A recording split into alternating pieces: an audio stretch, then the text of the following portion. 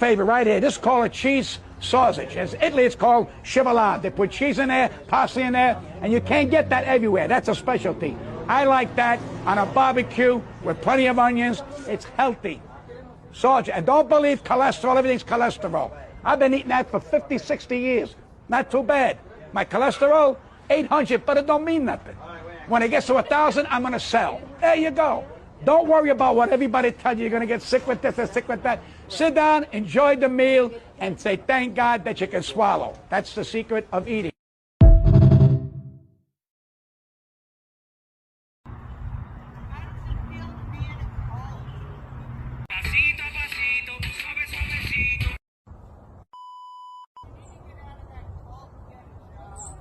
Hello. 4 more years. Donald Trump is your president, if you like it or not. We love you. I pledge allegiance to the flag of the United States of America.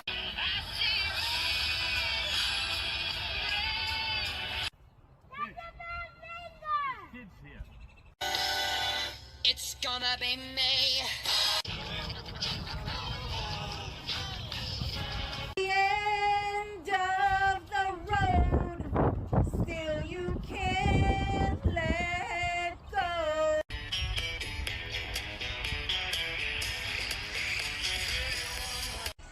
You're here. And I know that my heart will. Oh, say does that star spangled.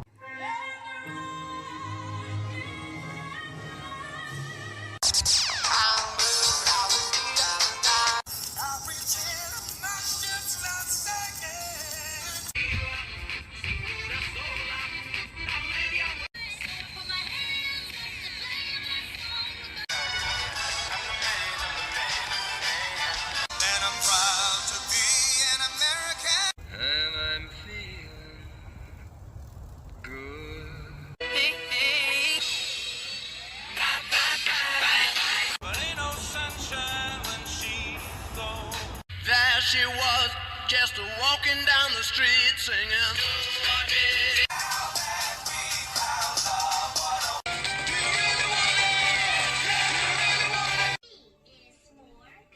Well, she gave you everything up to you at the end.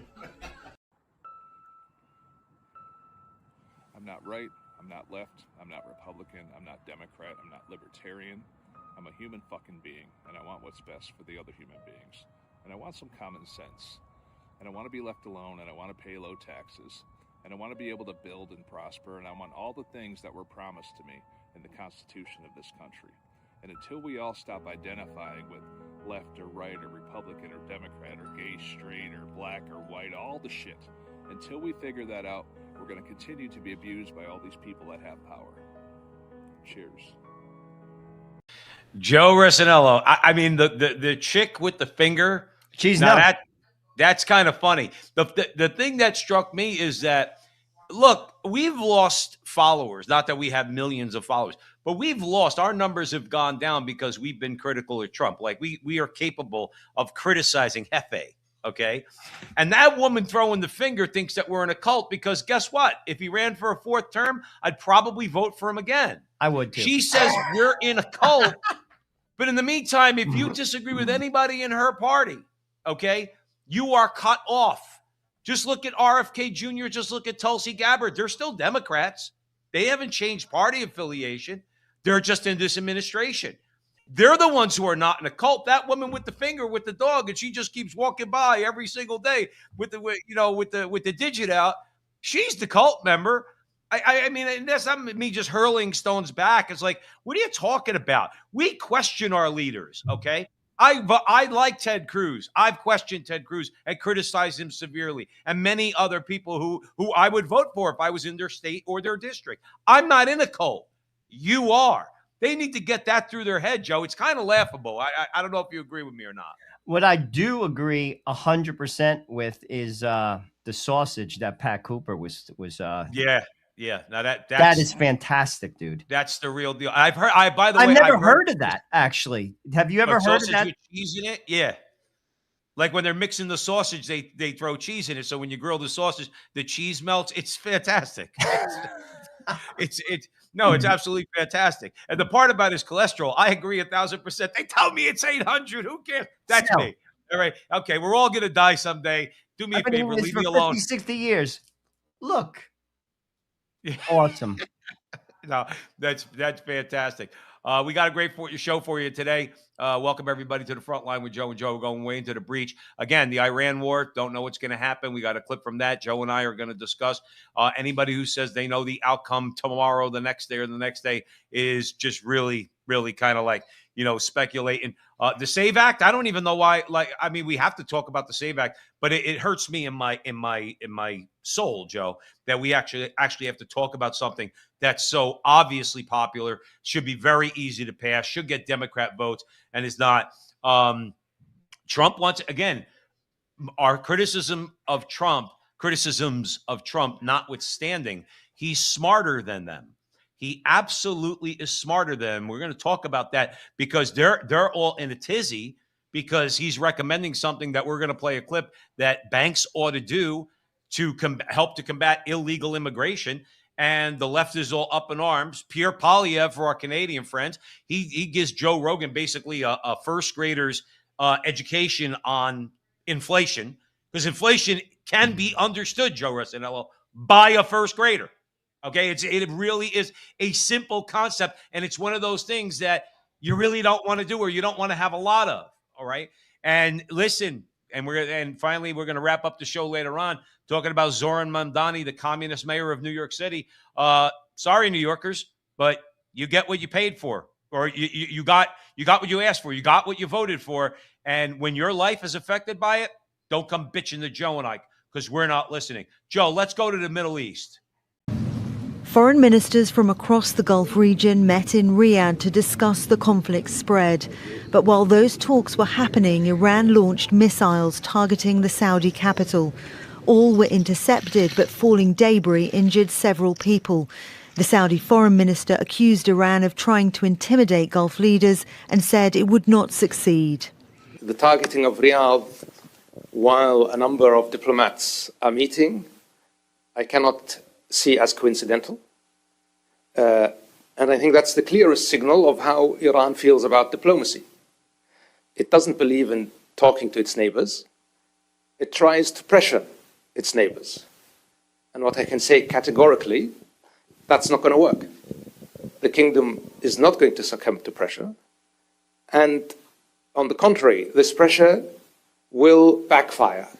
The Saudi foreign minister also said the patience of GCC countries was not unlimited, and that if Tehran's attacks on its neighbours continue, they reserve the right to take military action against Iran once all diplomatic options have been exhausted. But what I care about now is that the attacks on my country and on my neighboring countries that are not involved in this conflict end. That's all I'm interested in. And we're going to use every lever we have, political, economic, diplomatic, and elsewise, to get these attacks to stop. That's what I care about. And that's what he ought to care about, to be honest with you. I mean, that's why I said I don't have an answer to that. But are you going to be shocked, Joe Rossinello, if you woke up one day this week, all right, and other Middle Eastern countries are involved in this war because they're being forced to, out of probably their on some level their own self-interest? I wouldn't be shocked. That's why I'm not in favor of this action, because no matter how smart or all the brainiacs in the White House think they are, you can't predict what's going to happen. There are too many moving parts. Now all of a sudden you're going to get Saudi Arabia involved in this war. Joe, I got to hand it to you because I don't get it. And now it's too late. You can't just say we're going to stop unless I'm wrong about that. You got to keep going now. Joe, where am I wrong? Well, this war is about one thing and one thing only: control of the Straits of Hormuz. That's what this war is about. At the end of the day, Iran is the power center that controls that strait. And ultimately, there's two goals here. Israel has a vested interest in the region, Obviously, they have used their influence to have this war start. Don't take my word for it. Marco Rubio said it. It's on tape. He said, we were afraid that they were going to take action. This was basically the path of least resistance. Marco Rubio said that. So I do believe that they were going to make a move. And in a sense, it kind of pushed Trump's hand to a degree. But we also have an interest here that's outside of Israel. The interest is the control of the Straits of Hormuz, because ultimately that controls a lot of the oil flow for the entire world. That is why the Japanese prime minister was in the White House this week, because 90% of the Japanese oil that is used comes from that strait. And she's basically saying to Trump, listen, I need oil. And if this thing gets shut down, we're done. That's what that meeting was about. But ultimately, Trump, while he has his one ear open to Israel, Trump also has other interests. That's why we have bases in the Middle East. And that is why he's very concerned about that strait. People say, who's going to be the winner of this? How's the outcome? What's the goal? This is the goal. Whoever ends up controlling that strait wins. That's the end game. And Trump don't think he does not have that desire. That's why, in many ways, in my opinion, he went into Venezuela to control that oil source.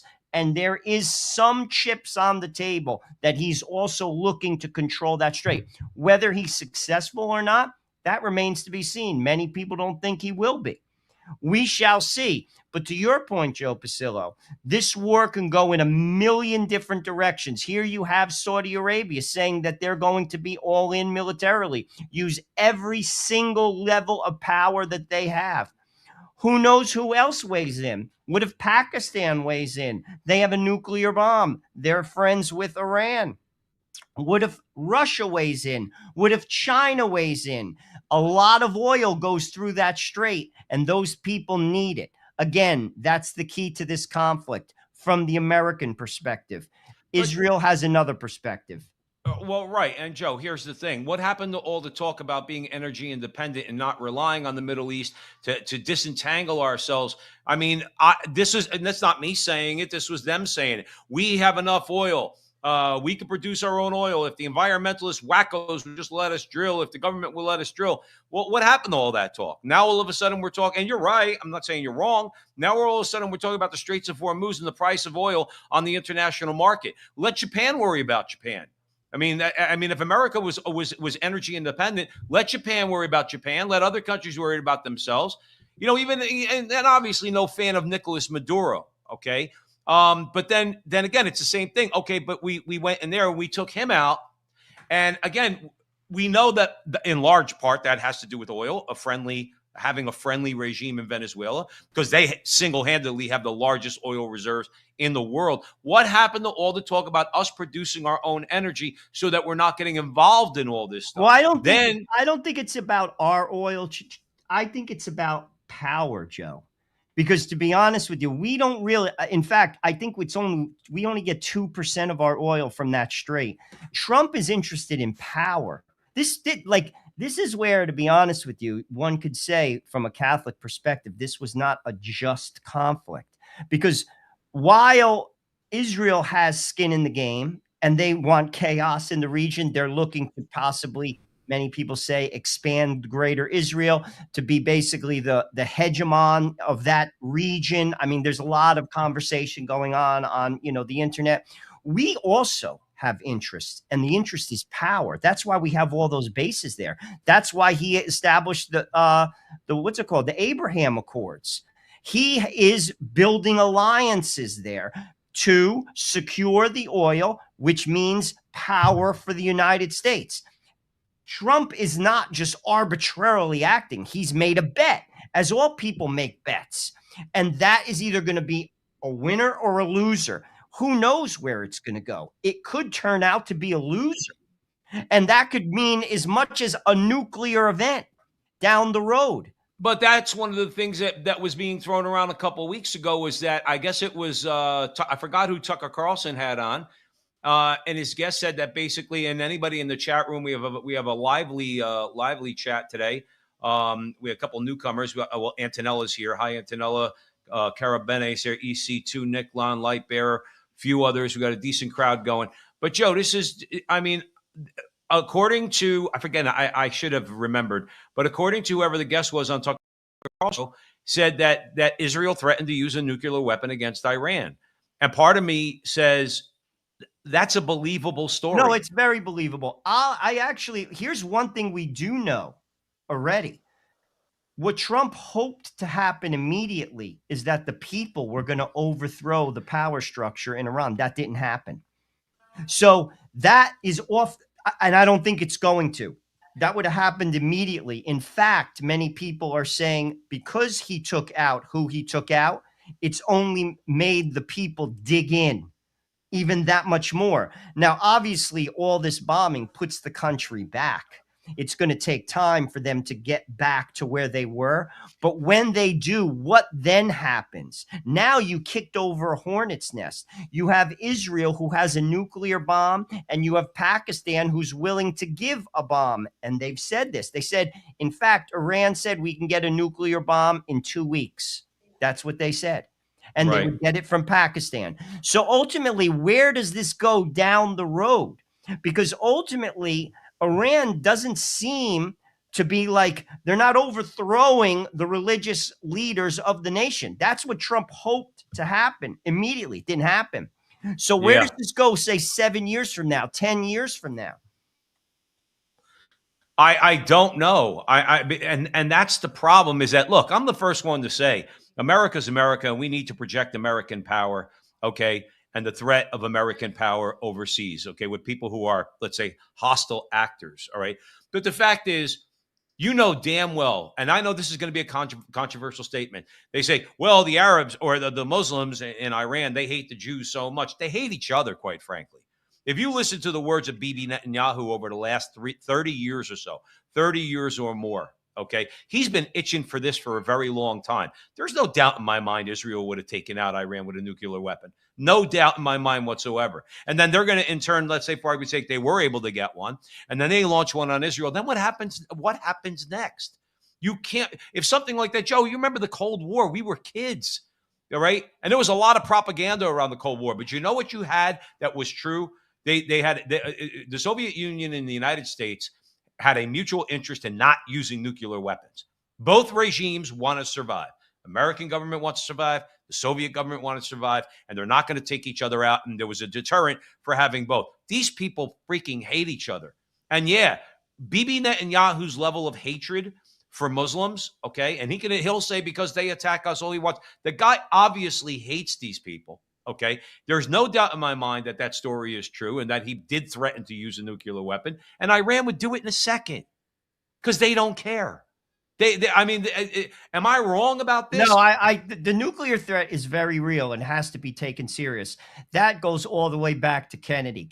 John Kennedy, who was assassinated by the CIA, did not want Israel to have a nuclear bomb and said it openly.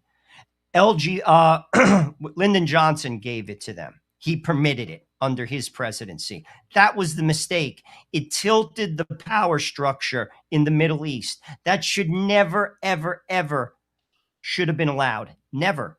And because Israel has a nuclear bomb, Iran is going to pursue it because they know if they don't, they will get pushed around. That's why North Korea doesn't get pushed around, because they have a nuclear bomb and people are aware of it. It sends a signal to countries. They understand that. The North Koreans understood that. I have a nuclear bomb. If you pull some CIA operation in my country and try to topple me, I will take out San Francisco. Yeah, or something like that. You know what I'm saying? Right. It's that threat. So they are left alone. And that is exactly what Iran is going to continue to pursue because, again, we kicked over the hornet's nest. Ultimately, though, in the short term and in the long term, the war is about two things. It's obviously, it has an Israeli point of view, but it also has an oil point of view. The Straits of Hormuz is a very, very strategic choke point. It's a power point, and don't think Trump doesn't have his eye on it. No, no, I'm gonna go ahead and agree with you. Let's all pray for the best, because right now, being that we don't know, God knows what's going to happen. So we need to pray for some sort of a resolution to this, because it's going to be tragic, Joe. It's going to be. I mean, you're going to be talking about millions of dead people. All right, dead bodies. If in fact anything like that was to occur when it comes to nuclear weapons. You're with the front line with Joe and Joe. Joe Pasillo, Joe Resinello. Great crowd today. Thanks, guys, for coming by on a Sunday afternoon. You talk about shifting power. One of the things that would shift power away from our tyrannical government and back to the people is if we had election integrity. It's about passing it. And I think we are, Mr. President. I know you are. We need to try to pass this legislation through reconciliation. Now, you know how reconciliation works, Mr. President. It means we can pass this bill with 50 Republican votes and the vice president to break the tie. That's how we pass the one big, beautiful bill. I would hope to get some of my Democratic friends to support us, but we don't have to have them. That's harder than I describe because, as you know, Mr. President, there are parameters on reconciliation. Anything you propose through reconciliation has to be paid for. We can find the money to pay for it. And anything you pass through reconciliation has to conform with the contours of the Budget Control Act. We call that giving a provision a bird bath. And our parliamentarian decides what passes muster under the Budget Control Act and what doesn't. Now, we've got a lot of smart lawyers in the United States Senate. Every single one of them thinks they're Oliver Wendell Scalia. But we've got a lot of other smart lawyers in America. Here's what I'm getting at. We have yet to try going to these smart lawyers, some in the Senate and some, believe it or not in the Senate, and saying, craft us a SAVE Act that will pass muster under the Budget Control Act and can be blessed by the parliamentarian. And some of my colleagues, those Oliver Wendell Scalia types, they say, Kennedy, you know, that you'll never be able to do that. They don't know. I've been here 10 years. I've seen things pass muster, survive a bird bath that I didn't think had a hope in hell. And I've seen provisions pass the parliamentarians' judgment under a bird bath that I thought, I've seen them not pass that I thought were slam dunks. You don't know till you try. And we haven't tried. You remember in The Godfather, where after Sonny gets killed and Brando has that great scene with Robert Duvall and he's having a drink and he tells him Sonny got shot. And he says, he calls her, says, I want a meeting of 5 families, right? He goes, this war ends now. He starts that meeting with all the 5 families. And Brando, in his own great Brando-esque way, he went, how did things ever get so far? How did things ever get so far? That's what comes to mind when it comes to the SAVE Act. This is what you got to resort to? Reconciliation and how we could do it? How about you shame every effing Republican in the Senate? Shame every one of them. Primary every one of their asses to say, you won't even pass something that's got 75% of approval rating with the American people. More than 80%, Joe. It's 71% of Democrats. Right. How did things ever get so far that John Kennedy, God bless him, has got to start talking about reconciliation and conforming it to the budget, and we'll find the money. We'll find the money. There shouldn't be any money involved. It's very simple. ID, citizenship. That's it. No mail-in ballots. It's pretty simple. This is what the American people want. I don't trust the elections. I don't trust them overseas. I don't trust them when it comes to that little homosexual Zelensky. People say, well, he was democratically elected. That was rigged. All elections are rigged. Our elections are not supposed to be rigged. There's the laws in place where the Federal Elections Commission should be given authority by the executive branch to go into states and clean up their voter rolls. Chuck Schumer said, well, 20 million people are going to get kicked off the voter rolls. Right, because my father, who's been dead for 20 years, who's buried in New Jersey, should be purged from the voter rolls, Senator Schumer. Okay? He shouldn't be able to vote because he's dead. Okay? So Chuck Schumer's right. Yeah, there's going to be 20 million people purged. All fraudulent votes. Joe, you got to help me, Joe. How did things ever get so far, Joe? How did they get so far? There's a lot there. And why that clip is important is because John Kennedy is putting forth a path forward without the 60 votes, another path forward. And he's right. Why don't we try it? Mike Lee, if you're following this on X as I am, has also put forth a path forward, the talking filibuster. His strategy, and it, to be honest, so far has been working, even though it hasn't been officially declared a talking filibuster, is this: give them the floor and let them talk and put the noose around their own neck because they don't have an argument.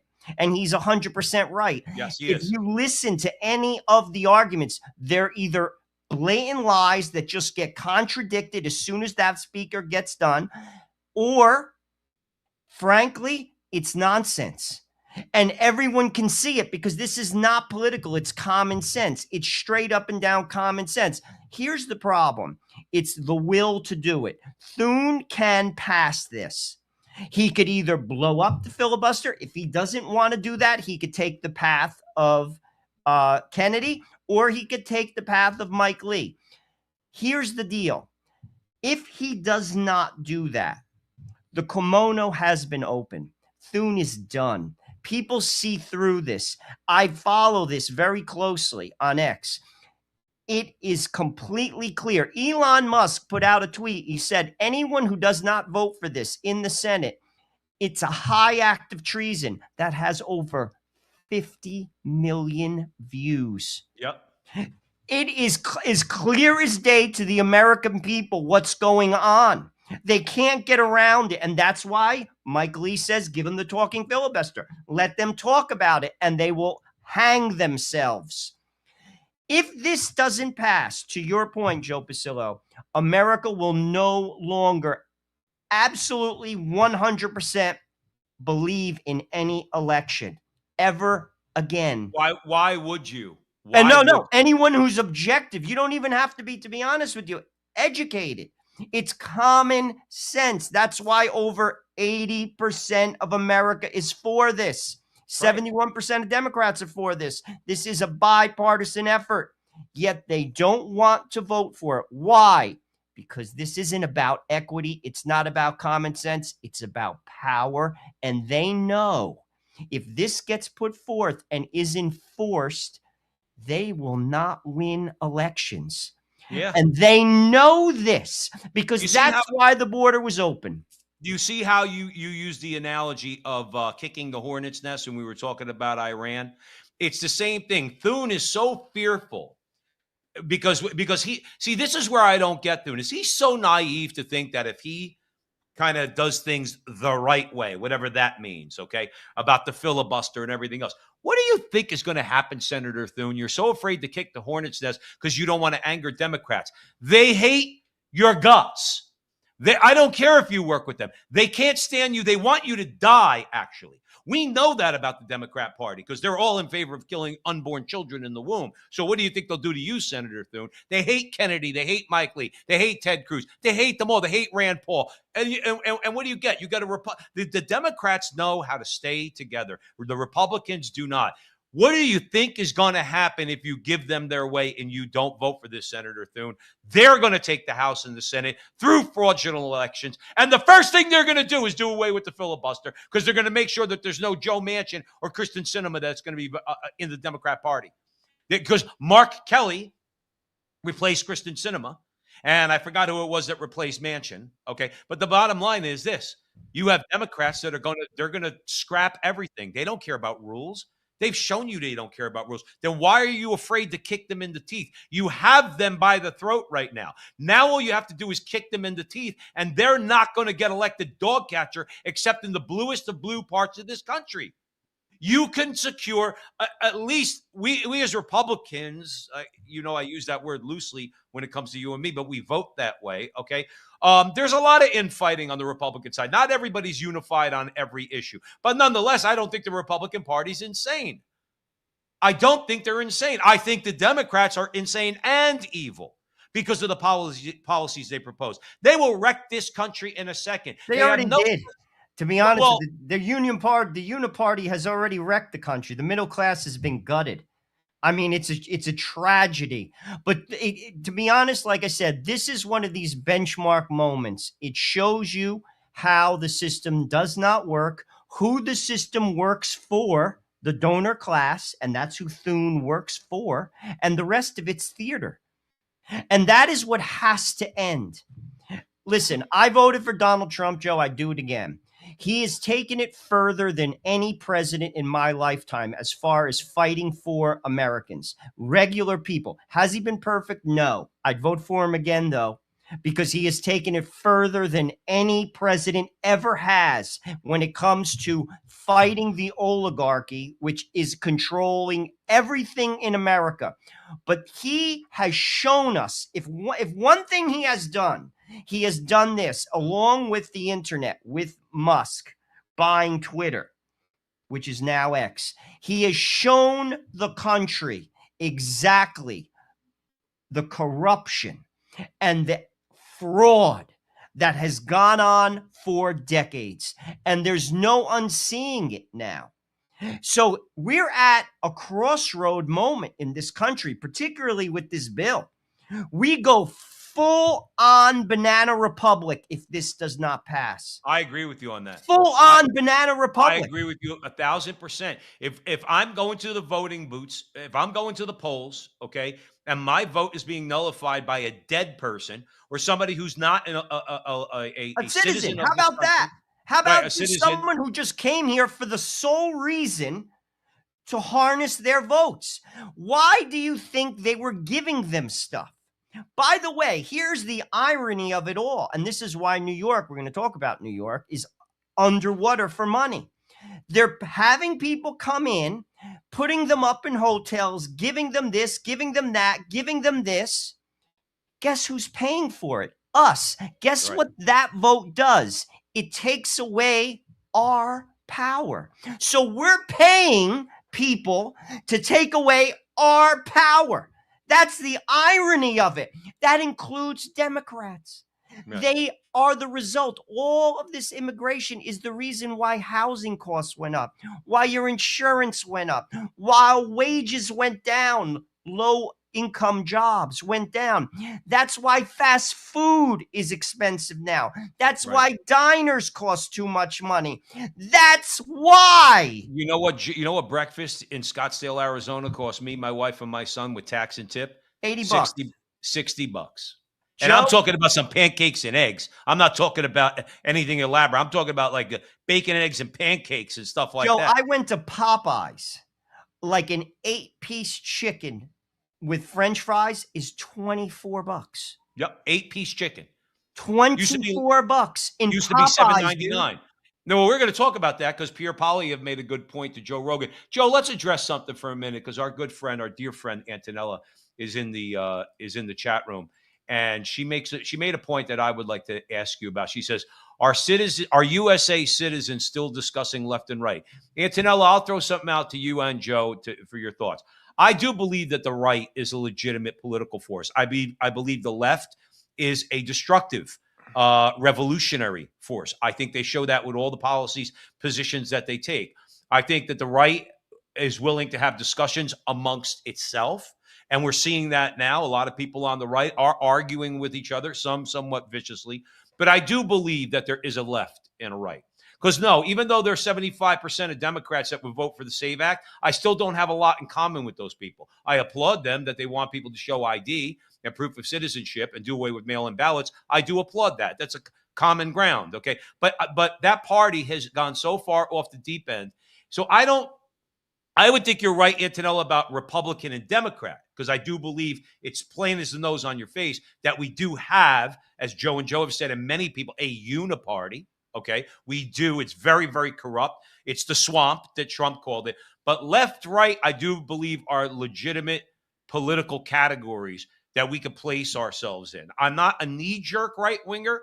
I've rethought a lot of things in my life, but I'm not gonna go so far as to lump them both together and say that there's not a clear distinction. Not so much as if you were talking about Republican and Democrat. Republican and Democrat, that's where I would agree with you. Your thoughts, Joe Resinella? What I would say is the two parties, both of which are flawed, as far as Democrat, Republican. Right now, the Democrats are crazy. And many Democrats are saying that, one of which is a senator, John Fetterman, has said that. He said the Democratic position is Trump derangement syndrome. He just went on a whole tirade on this. He's a Democratic senator. It's crazy versus common sense. Both of which are flawed. It's crazy versus common sense. The Democrats have to get it reeled back in. How that happens, I don't know, but I'm going to say this, and this is according to CNN. Their numbers are the lowest they have ever been since the party has been formed. That's according to CNN. Look it up. If the Democratic Party does not rethink its positions, they will go out of existence as many other parties have in the history of America. They have to rethink their position. The 25% of the true believers of this crazy ideology cannot hold the country together, the power structure that is. And that is exactly why they're fighting for their life with regard to this SAVE Act. And that is exactly why they brought people in from the border in the numbers that they did, because the Latino vote was no longer secured, and they know that. And that was proven out in the last election. And 1 in 5 African-American males voted for Trump, and that number is going to grow, and they knew that too. Right. So they had to import people. That is the playbook that Europe followed, and that's the playbook that Canada is still following. So it's not a secret. This is not some esoteric idea that some think tank came up with. It's anyone who has their eyes open and is paying attention. Joe, you're absolutely right. Well, listen, they're going to have to pay attention to Trump on immigration because he's pulling out all the stops. Banks to take part in an immigration crackdown. What I mean by that is sources tell CNN the administration is considering requiring financial institutions to collect and verify their customers' citizenship status, something banks aren't currently required to do. One source says the new policy could come through an executive order. CNN's Matt Egan is following this story for us. So, Matt, what are you learning about how banks are responding to this possibility? Yeah, well, Omar, this does appear to be part of the Trump administration's aggressive immigration crackdown. Sources tell CNN's Priscilla Alvarez and I that the administration is considering new action that would require banks to check the citizenship status of their customers. Now, this would be something that would actually apply not just on a go-forward basis, but also to existing customers, which is pretty stunning when you think about just how many customers the banks already have. Now, this action could also require banks to check a different category of documents than what they normally look at, including passports. Now, I do want to stress that nothing here has been announced or finalized. It's not clear here whether or not this would come in the form of an executive order or some other action. We reached out to the White House, and a spokesperson said that any reporting on policy that hasn't been officially announced is just speculation. But some Republicans do support this. Republican Senator Tom Cotton, he put out a post on X yesterday where he said, "I strongly support President Trump taking action to prevent illegal migrants from accessing our banking system." And he said he sent a letter to Treasury last fall asking for an investigation into this matter, and that he plans to introduce legislation on this issue shortly.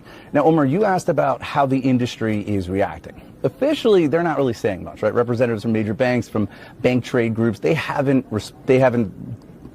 commented on this. However, sources do tell CNN that the industry is concerned here because they're worried that this kind of action, it could almost compel them to be part of the administration's immigration crackdown.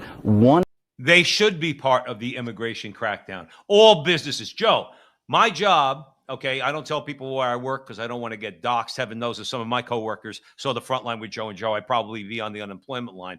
By the way, my partner in crime, Joe Rossinello, was doxxed a while back. So don't think I'm being so hyperbolic when I said twice, by the way. I don't think they liked our political views, and they certainly don't like our religious views. Now, here's the thing, Joe. In my capacity at my job, one of the things I do is when people are hired, okay, I have to take their information and enter it, not on a piece of paper, not handwritten, into a system that my company has bought, made the investment in, that runs their ID. Now, its passport is the primary ID, or you could do driver's license and social security card, okay? If that name and that information that I put in goes through that system, it literally only takes 10 seconds. 10 seconds for this precaution, okay? So that my company is not going to get raided by ICE because we're hiring illegal workers, all right? And that's happened, by the way. I'm in Arizona. I've a number of different locations that I know of. Other companies have been raided by ICE, and restaurants completely shut down because their whole staff, because they don't have this safeguard in place. Now, where am I going with this? Joe, it takes 10 seconds.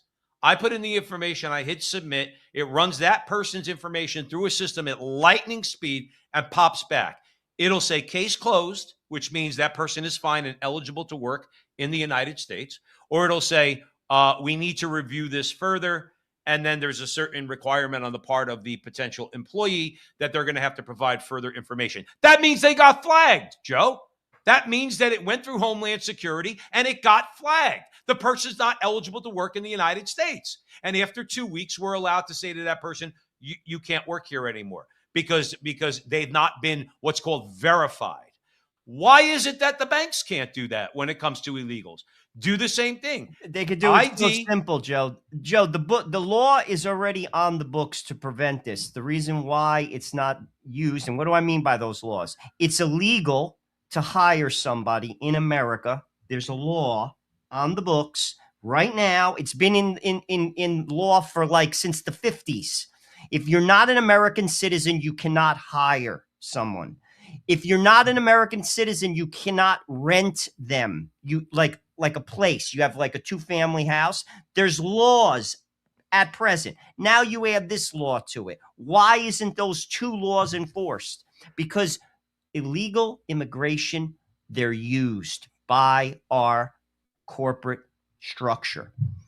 It's cheap labor. That's why no president, Republican or Democrat, has ever passed something that there was bipartisan approval. Never. Because they want that. Why? Now let's step back further. Because it keeps the price of goods low.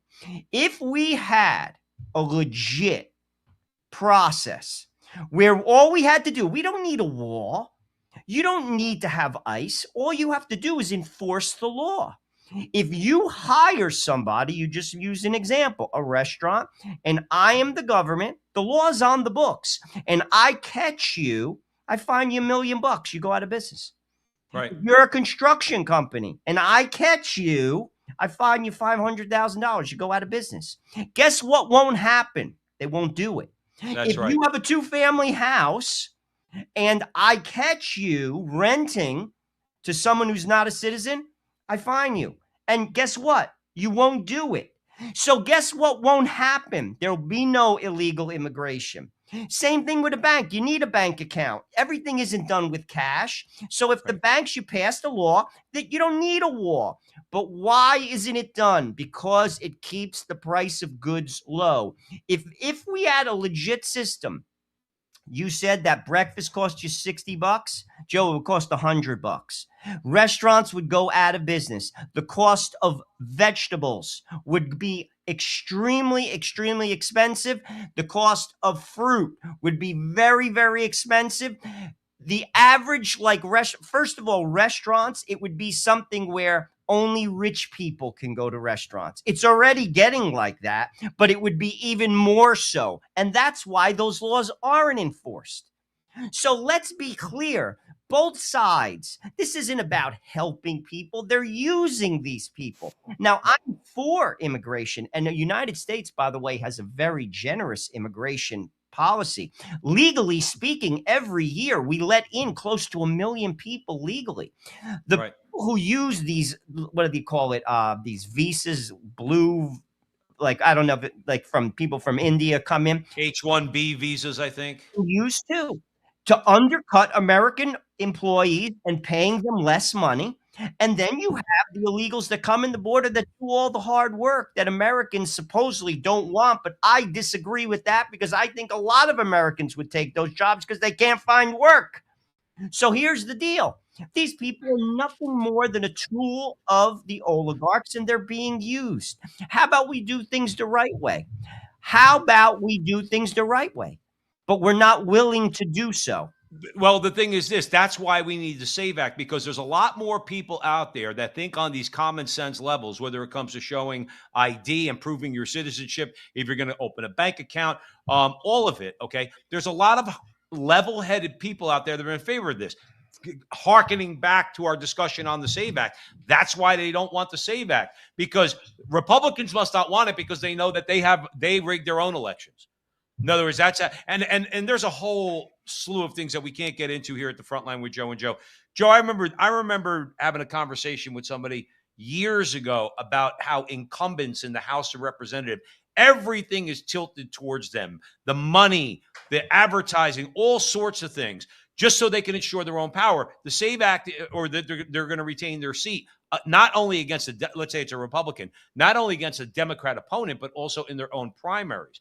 If you have a legit election, you know what's going to happen? I'm going to go out and vote for my neighbor Joe, a third Joe. I'm going to go out and vote for another guy named Joe to go and primary David Schweiker, okay, because he's my congressman in this district. I want to and know that there could be a legit outcome that's going to unseat a guy like Schweiker.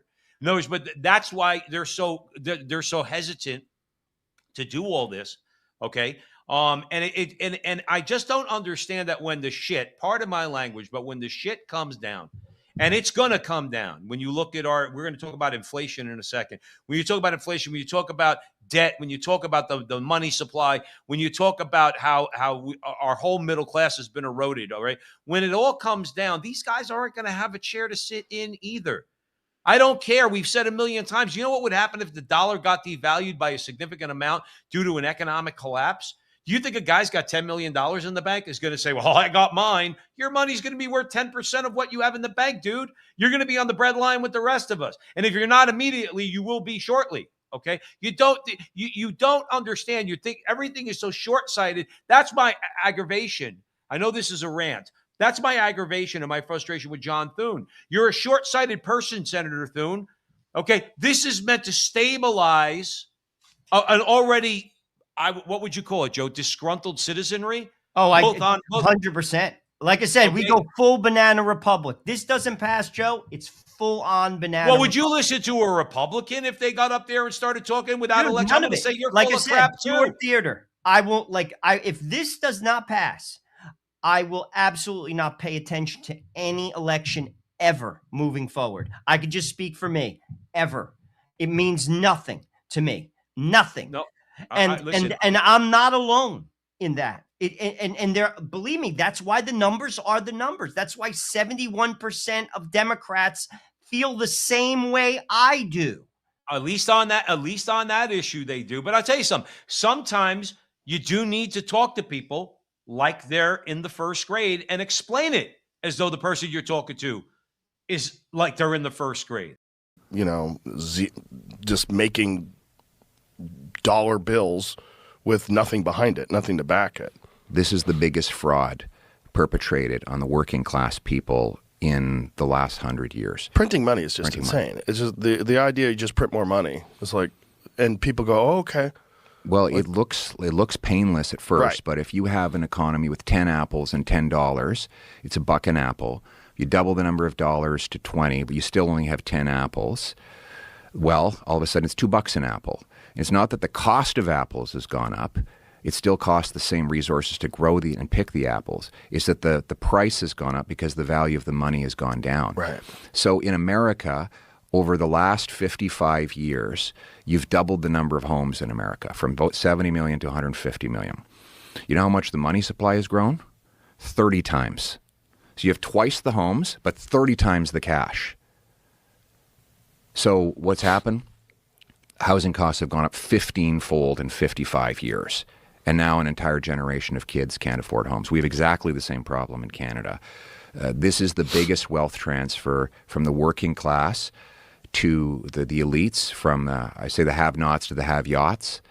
And Washington and Wall Street love it, by the way, because it inflates the stock market, it inflates the bureaucracy. Politicians get to spend, CEOs get their stocks inflated.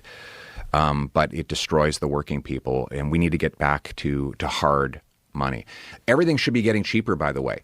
You know, it takes 60 to 80% less resources to grow food. We grow 4 times the food on the same acre, get 4 times as much milk from the same cow. We use 80% less water and fertilizer. So why isn't it that food is not less expensive? It's because all of those gains are being erased by monetary inflation. So it's not that food is more costly, it's that the money we use to buy it has less purchasing power. And we need to do what the Swiss do, which is they don't print money. They have balanced budgets, they have almost no deficit, and they have almost zero inflation in Switzerland. They have the strongest money in the world, the Swiss franc. And we would all be better if we operated like the Swiss when it comes to our money.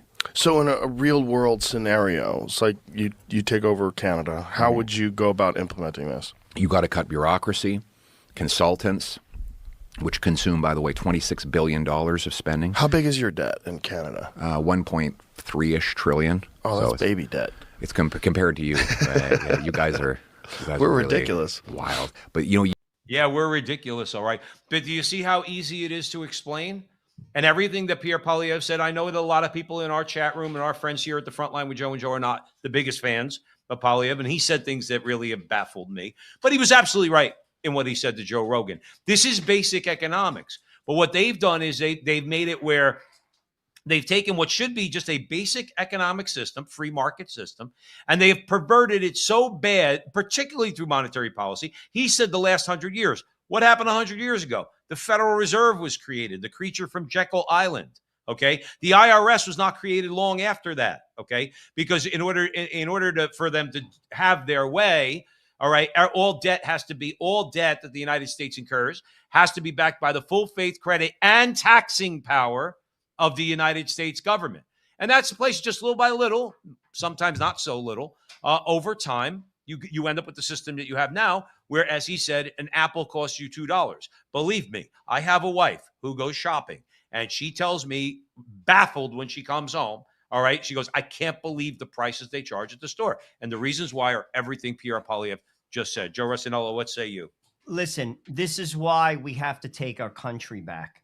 And this is why Donald Trump, like I said, he's given us a little more than a lot of other presidents in terms of executive orders, in terms of basically some laws. He hasn't passed many laws, by the way.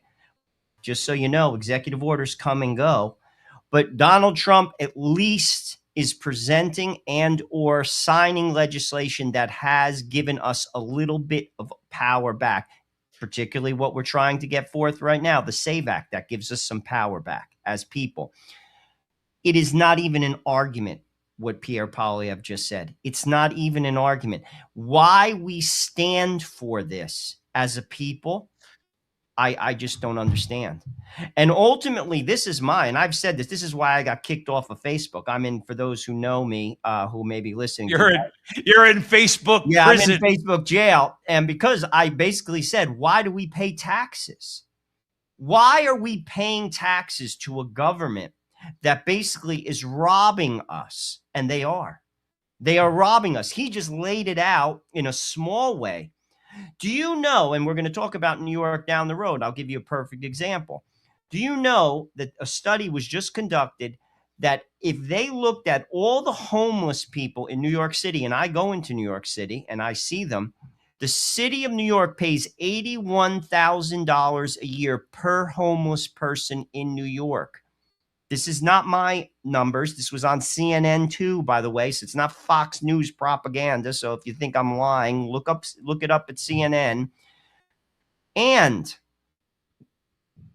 That number is higher than the median salary in America. Yet homelessness is pervasive in New York City. So what are they doing with that money? It's graft. It's going to different things. I have to pay. I just did my taxes. I have to give New York City, because I work part-time in New York. I have a flex schedule, $6,000 a year. I have to write a check to New York for $6,000. What do you think that money is going to be used for? Why Going in should some corrupt politician's Of course pocket. it is. It's going to go to something else to undermine the country. Right. Why are we paying taxes? You see, I've said this. I'm going to say it again. If I was the candidate, I'm not looking to be a candidate, but the next candidate, it's very clear that Donald Trump, to a large extent, did not go as far as he said he was going to or should have gone, as far as fighting against the swamp, call it the deep state, call it whatever you want, the oligarchs, the uniparty, whatever you want to call it. The next move, if you ask me, and I've said this is why I think I got kicked off Facebook, and I don't care, I'm going to say it again. We should stop paying taxes. Okay, I want to stay there a second. And I've thought this for years, and I want to mention it here at the front line with Joe and Joe. Joe, you do know, and I've heard this said by very smart people. Fact check me if I'm wrong about this out there watching at the front line with Joe and Joe. You could tell your employer you do not want taxes taken out of your check. However, your employer is going to be reluctant to do that, because then what the IRS does is they threaten to audit your employer. They say, don't allow that person to do that. And by law, I should be allowed to do that. But they will threaten your employer with the force of the IRS, which is the power that they have, Joe, is a lot more than most people think when it comes to what they can actually do to a person's life or do to a corporation. That's why, and why am I bringing this up? That's why they take the taxes out of your check before you spend one dime on you, your wife, and your 5 kids. They take it out ahead of time because they know the country's founded on what? A tax revolt. That's like you and me, and the way we would say it in North Jersey Italians is, I ain't paying. Did you ever play like AC-Deucey, Joe? Remember the card games we played? Sure. All right. And the pots get real big, and you got a no-brainer hand. All right. And you go, pot. I bet the pot. But the thing is, there's $800 in the pot. Okay. You don't realize it, but it's been building up over the last few hands because nobody won. And then when the card comes out and you're a loser, your reaction to that is, I ain't paying. But you still owe $800. My point is, we can't say I ain't paying because they go into our checks to take our money. They go into our checks to take the taxes out. Well, they already did that. Real quick, Joe, for the reason that you brought up. Because I don't care, you talk about no right, left, Democrat, Republican. You ask a regular working guy, would he rather have to have all his money in his pocket, in his bank account to spend on him and his family? Send me a bill at the end of the year. You know what people do if they start to organize, particularly now with social media? Say, we're going to form a tax revolt. We're not going to pay. Well, I would love that, but you could even do that now because there's still a lot of people that pay taxes, like to the government, in excess of what comes out of your paycheck. Like as in now, because we're in tax season, I'm paying $6,000 to New York. I have to pay also. I'm not getting money. I'm paying federal. I'm paying money. So my point is, just stop. Say no. We're not giving you anything. When I start seeing Somali fraud in California, you're paying $81,000 for the quote unquote each homeless person in New York, and there's still homelessness in the city, which is more than the average salary. We're not giving you money. It's right. Over. You can't arrest everybody. You see, that's the type of stuff that gets their attention. We're at that point, if you ask me, because the fraud is just in your face. They're not even hiding it anymore, Joe. You mentioned we were talking here at the front line with Joe and Joe about the SAVE Act. Joe, what if you had a bunch of people that think like we do, that got elected to the House and Senate, and they looked at the leaders in both parties, Thune, Schumer, whoever the case might be, say we are going to pass legislation that says the IRS can no longer take money out of the paychecks of working Americans. You can't take the money. You send the tax bill like you were describing in New York. They send you a bill, you pay the tax. And I would say If I was Senator Pasillo from Arizona, God forbid, but if I was, all right, I would stand on the floor of the Senate and say, so we give the American people the option of forming a tax revolt or a tax boycott until the government starts to do the right thing. That's where we're going to give that power back to the American people, and we are going to take power away from the IRS so that if the American people, now, if you got to legitimately pay your taxes, I would say you got to legit pay your taxes. But if the people of the United States of America formed a tax boycott, started a tax boycott or a tax revolt, I think they should have the option to do it. I think that's the power play, because voting clearly isn't. Trump made many promises that he did not keep. He's kept a lot of them, but let's be honest, the Epstein deal, the wars thing, these are big things. The big, beautiful bill, which added a lot of debt to the country, these are things that I did not vote for. Voting is not the answer. And violence isn't the answer either. And just so people, I'm very clear, that's short term. That's short term. History proves that. It's short term. And then, frankly, you get somebody worse that comes in. This is real. Economic boycotts is what won India independence from the British Empire, the strongest empire in the world at the time, the City of London. That is what won them independence. They all in unison, the whole country, just said, we're not buying your crap. We're not buying your textiles. We're not using your salt. And Gandhi organized the whole country and they left. They walked out. You see, that's where we're at. Now, for it to get to that, listen, they did that at Boston Tea Party. This is where I think we should be. Why should I give New York City $6,000? I have 5 kids. I work hard. Why? So they could piss it away on nonsense? And didn't Nick Shirley prove that in Minneapolis? This is my point. Why are we going along?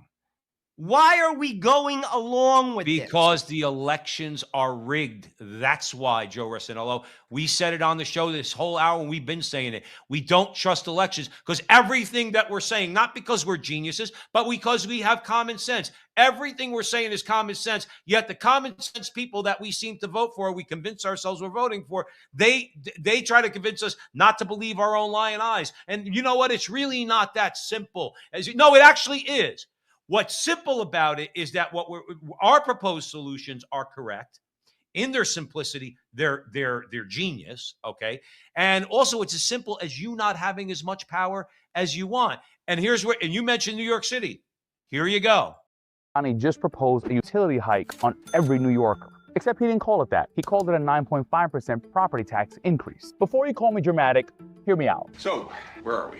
Utility companies like Con Edison and National Grid pay property taxes on their infrastructure right here in New York City. And under New York's rate-making system, those costs are passed directly through to the customers. Former Public Service Commission Chair John Howard said it best, quote, "You're not taxing Con Edison, you're taxing customer." Right now, roughly 25 to 30% of the delivery portion of your bill is taxes. And electric and gas bills are already scheduled to rise. About 10% for electric and nearly 16% for gas over the next 3 years, adding roughly $600 more, wait for it, per household annually by 2028. Now layer a 9.5% property tax increase on top of that. Those taxes don't disappear, they show up on your bill. Property taxes are one of the largest expenses for operating multifamily housing in New York. And when those taxes go up, they show up as, say it with me, higher rent. A rent increase, it raises rent. So when you hear property tax increase, what you're really hearing is higher utility bills, higher housing costs, and higher costs of living here in New York. This isn't. Now, here's the thing if you or I did that video, what you're going to get is what Tim Walz did in Minnesota to Nick Shirley. Well, he's a white supremacist. Okay. How about this? Governor Walz? Because Mamdani would say that to us too. That would be his only defense. Well, they're just disgruntled white guys. Okay. What are you going to say to that guy? Because that guy actually looks like Mamdani. Okay. He's a different color. He's got a brownish hue to his skin. Okay. And he's saying the truth. You can't dismiss people by just attacking them as racist, this and that. You know why, Joe? Because I don't care if you're black, white, or brown. The only color that matters when it comes to a lot of this nonsense is the green. It's the green in your pocket and the green that they're taking out. You think they give a crap what color you are when they're picking your pocket, when they take that $6,000 check from you. And by the way, hundreds of thousands of people like you who don't even live in New York. Don't even live in New York. And then you got to pay city tax. You got to pay. I remember when I was a stockbroker in another life, I had to pay city tax. What the hell's that all? I don't live in the city. I work in the city. My firm's in the city. I don't live here. Why do I got to pay that? My larger point is, you see how he in one minute and a half cut through all the nonsense, the jargon, the propaganda. We're going to raise property taxes on those rich people. No, you're not. No, you're not. Who do you think is going to pay that, Mom Donnie? And that guy right there just pointed it out. You're just taxing working and middle-class people. That's all you're doing. You think you're going to prevent them from passing on the cost that you're imposing on them in the form of rent, in the form of higher utility bills? That's what affects me. Some people say, well, $600 a year. Well, that's not a lot of money. Oh, yeah?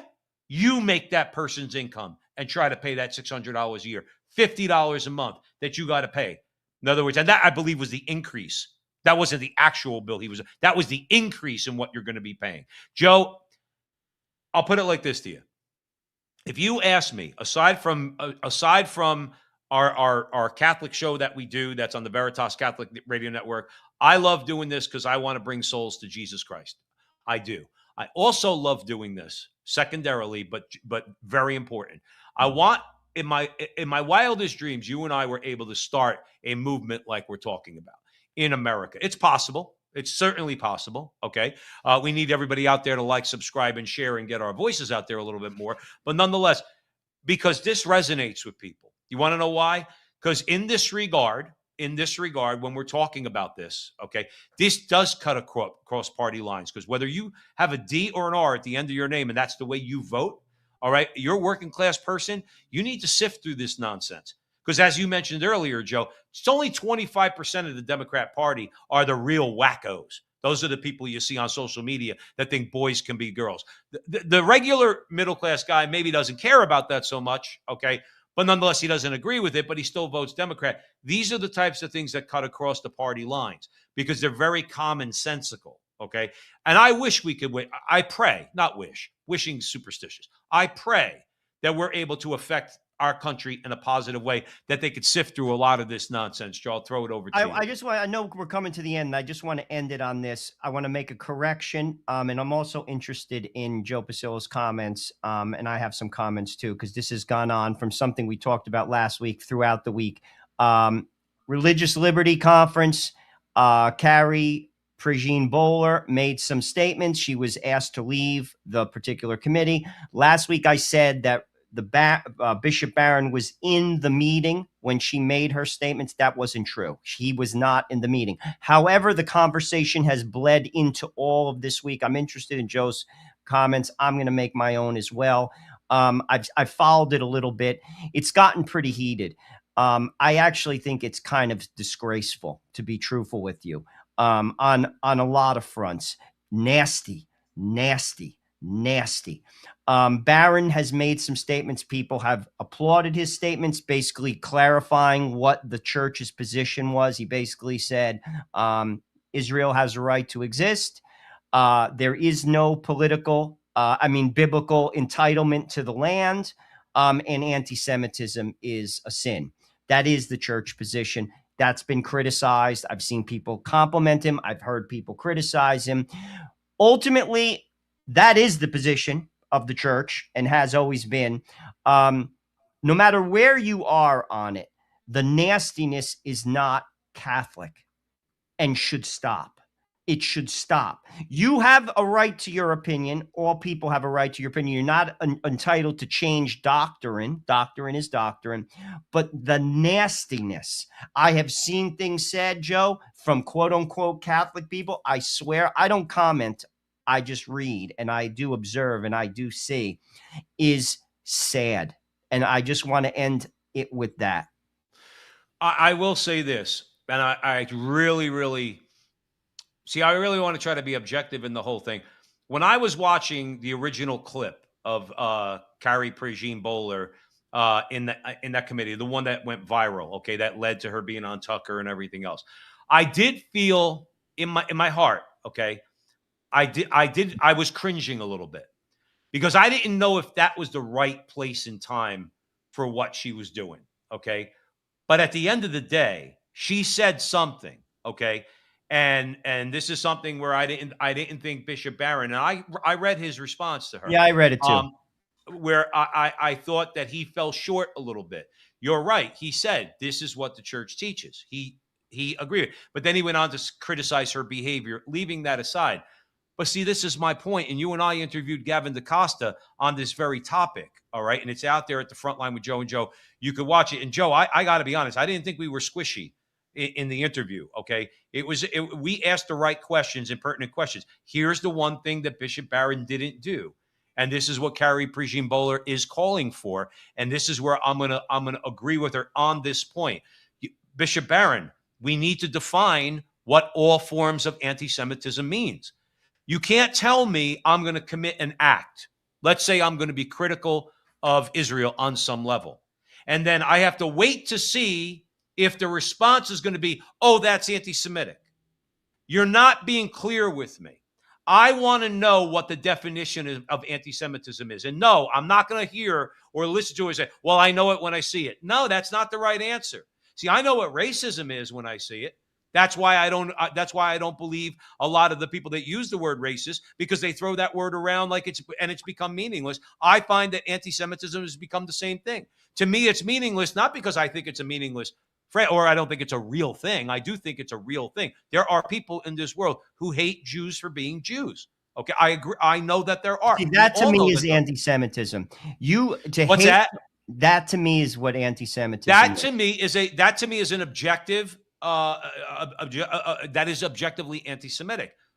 But you're leaving this door open for those, yes, many of whom are Jews, to say, well, that's anti-Semitic. Okay, but you're not defining what it is for me.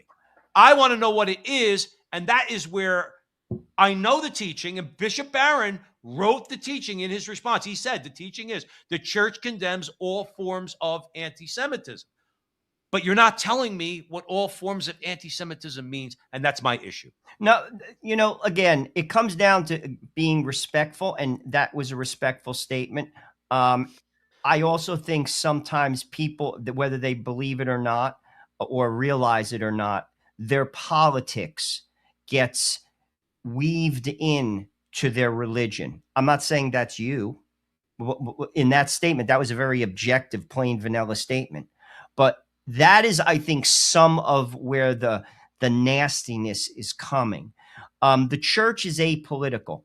The church has a position, and the bishop's job is to state the position. Now, again, it went crazy back and forth. Did he leave this out? Did he not say this? Ultimately, if you ask me, it's not even his place to say why she was let go. And one could even say, to your point, it wasn't the time and the place to get into that argument in that forum. With that said, the bishop's job is to state what the church teaches and state it clearly. And to be honest with you, she is Catholic. And I'm glad that he made a statement. Some people don't like it. Some people like it. But I'm glad that he did respond. And that is a good thing, like it or not. And the church should always respond. We have to be a voice in the culture. As in not just us, the laity, and we have been very vocal, but the priests and the bishops and the cardinals on everything. That is our job.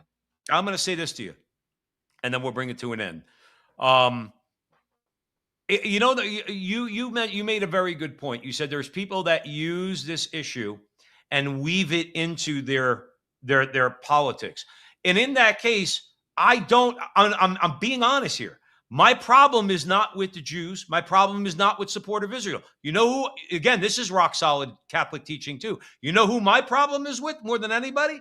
It's the evangelical Christian Zionists. I have more of a problem with them. You could argue over American foreign policy. You can argue whether or not America, and a lot of people do it, Democrat, Republican, they say, why are we giving all this money to Israel? Why they ask the why question a lot vis-a-vis Israel. My problem's not with that. That's the discussion that you could have, all right? And I don't want to be called anti-Semitic for having that conversation or questioning certain things.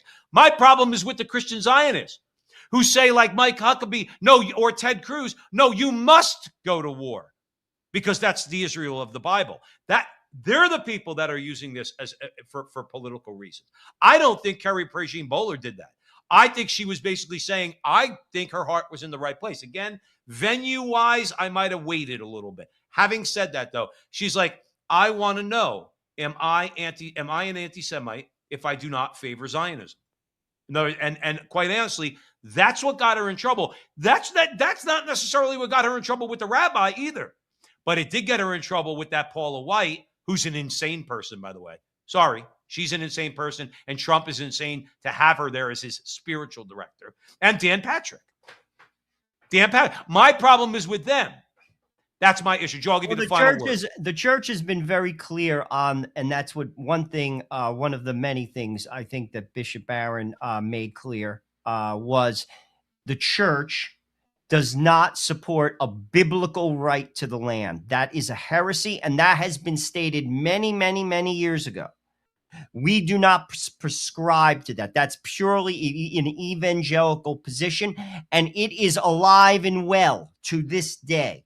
Many of those people are in our government, and they believe that tooth and nail, that somehow man is going to push God in a direction if we rebuild the temple and force, well, maybe not use the word force, encourage God to send back Jesus as a result of that new temple, which will never be built again.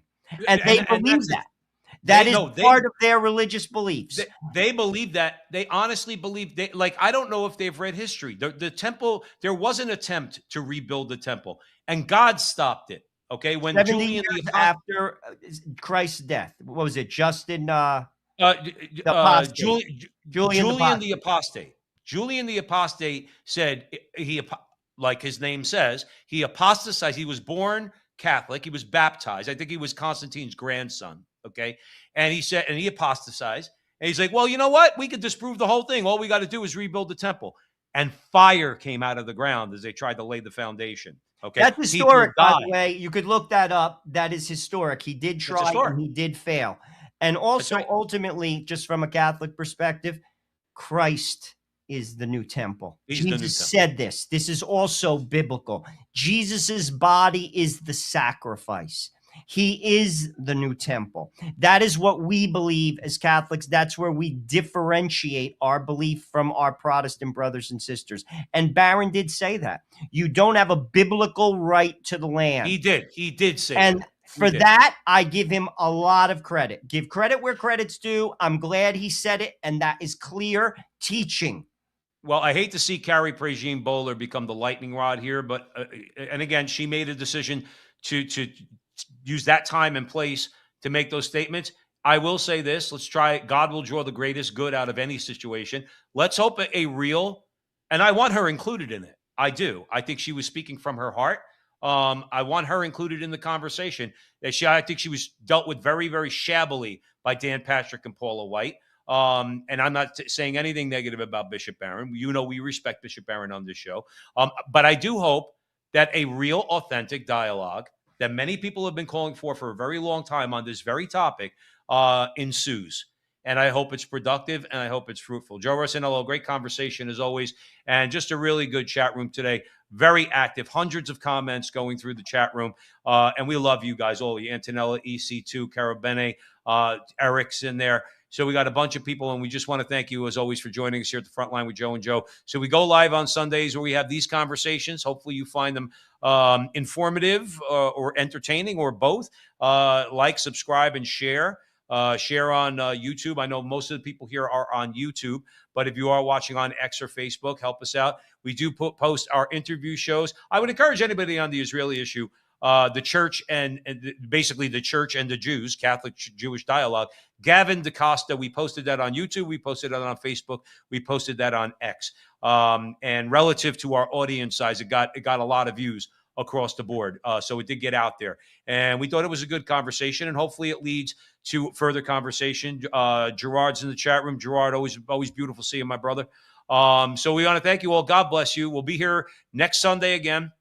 And remember, until then, that our conversation is your conversation, and that conversation is going on everywhere. We'll talk to you soon.